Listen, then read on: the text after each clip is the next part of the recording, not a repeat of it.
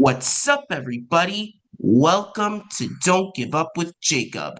Today, I have a special guest joining me on my show. Not only that, but she also has autism exactly like me, and she's also working to get her own podcast series. So please welcome to my show, Gab. Thank you, Jacob. I'm so happy to be on here with you. It is my pleasure. Welcome to my show. I'm so glad that we get to talk to each other about what's going on with our lives. And I'm also going to ask you questions about what may be going on with your life as well. Sounds good to me. All right. So I'm first going to ask you, how does living with autism affect you? Like, how does it affect your everyday life? So I can speak just as you can, and the spectrum is very wide. But it affects me because even though I can communicate some days and most days feel like it takes 10 times the work to be able to communicate what I need to communicate. And I struggle a lot with conveying my message the right way. Even though I have a very fast processing speed and can get through it, it's so much more work for my mind. And I have a lot of people who misunderstand me when I'm just trying to be a good person. So it makes life hard. And sometimes I struggle from this thing called imposter syndrome. Do you know what imposter syndrome is? What is that exactly? It's when you feel like because you can speak, you just feel like your feelings are invalid because sometimes people think that autism means that if you can speak, you are not like really autistic or something. And that's hard to navigate as somebody verbal because you know your struggles are just as strong and you've probably gone through stages where maybe speech and stuff needed developmental stages, right? So I've gone through speech therapy. I've struggled with a lot of things and it was hard, but my struggle still is valid. And it's just that makes it hard. But at the same time, there's a lot of beautiful strengths within myself. Like I can see a lot of gaps that people miss. And I scored in the top 1% globally on the WACE IQ for spatial reasoning, which tells people that I can see gaps and I can fix problems. And so there's beauty in everything. That's right. There definitely is beauty in everything. Yeah. Some things may seem hard, but I also go through some of the same things. Like sometimes I have many stims, which includes clapping randomly, saying random things out loud, and even talking to myself randomly. And I also sometimes get super energetic to the point where I'm running and jumping around.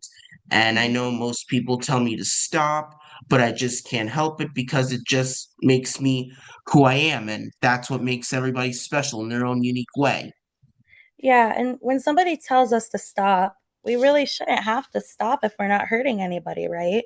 Like for me, I know for so long when I get really happy, I want to jump up. I get really happy. I want to like hand flap. That's just me. That's just how I do. I get really excited. But, as we get older, we are taught like you can't do this because it's not acceptable or whatever. But nobody says it's not. You can't change yourself for that. You're happy, just express your happiness how you want to be. When I get happy, I get really jumpy. I tell everybody I'm so happy. I verbalize it. That's my way of showing happiness. And I realize when I'm around people who actually love and cherish me, they don't care. It's not that big of a deal. Yeah, that's right. I don't really find it as big as a deal either. I'm just expressing my emotions and my thoughts. And when Yep. I'm happy, I just get really energetic. So, yeah, Mhm. it's not like anybody's telling me to stop. I just want to express myself, just like how you do. Exactly. Because your expression is valid. That's right. So I am now going to ask you, what are some struggles that you have in your life, and how did you deal with those certain types of struggles? I have a really hard time making friends because people make assumptions of me. So, like, for example, when I get really happy, I say, I'm so happy. That's not really conventional to other people. They're not used to people verbalizing that. Or, when I am very direct, I'm very literal with my speech. So, like, sometimes I try to shape my words to fit other people, but then it backfires because they think I'm saying something that I'm trying to fix what I'm saying to make them be more accepting of me, but it's really not working. So I have a lot of confusion that happens, and I try to fix it. I also have a social pragmatic communication disorder, even though I can speak fluently, right?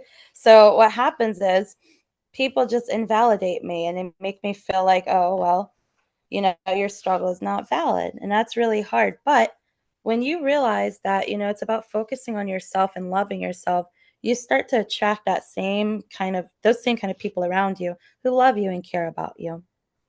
Yeah, that's right. I also go through certain types of struggles because, like I said, I just get super energetic to the point where I'm running and jumping around. I also have some struggles in school where I just have a hard time getting along with some of the other students. And I also feel like I have, I'm just being rushed by the teachers and the students, and they're just giving me assignment after assignment after assignment. It's just a little too much. And I also feel like I just don't get enough time to learn how to actually do these certain types of assignments because there's just so much, and I feel like the teachers are just going too fast for me to keep up, and it gets hard. But I do find a way to understand my schoolwork, and if the teachers are going too fast and I don't know how to do something, they can always explain it to me again.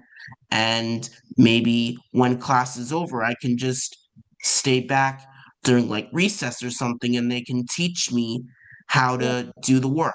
And that's what's special about it. Yeah. I remember when I was your age, I would always they would have like this group of kids and they would have us go to like a separate classroom. It was our choice.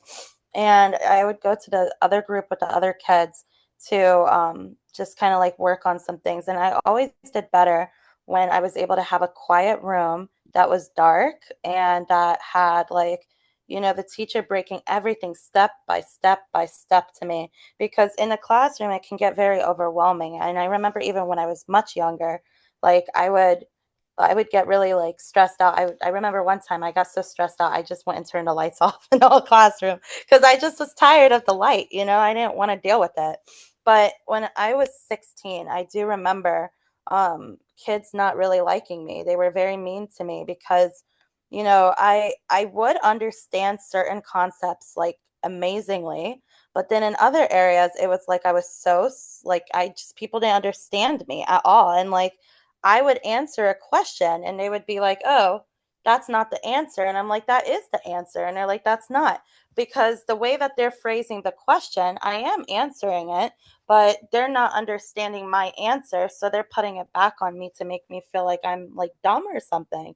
So, because of the way our mind works, I think that sometimes the world tries to make us feel like we're wrong when we're really right, and we learn it really is it deteriorates our self-esteem because we start to believe that we are wrong when we're really not wrong.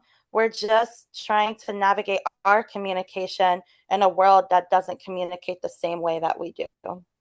That's right. What a very true message. I can definitely relate to that with some of my school struggles. We just need extra time to learn how to do certain things, and there's never any certain type of rush because everybody does things at a different pace, and that's what some people just need in their lives.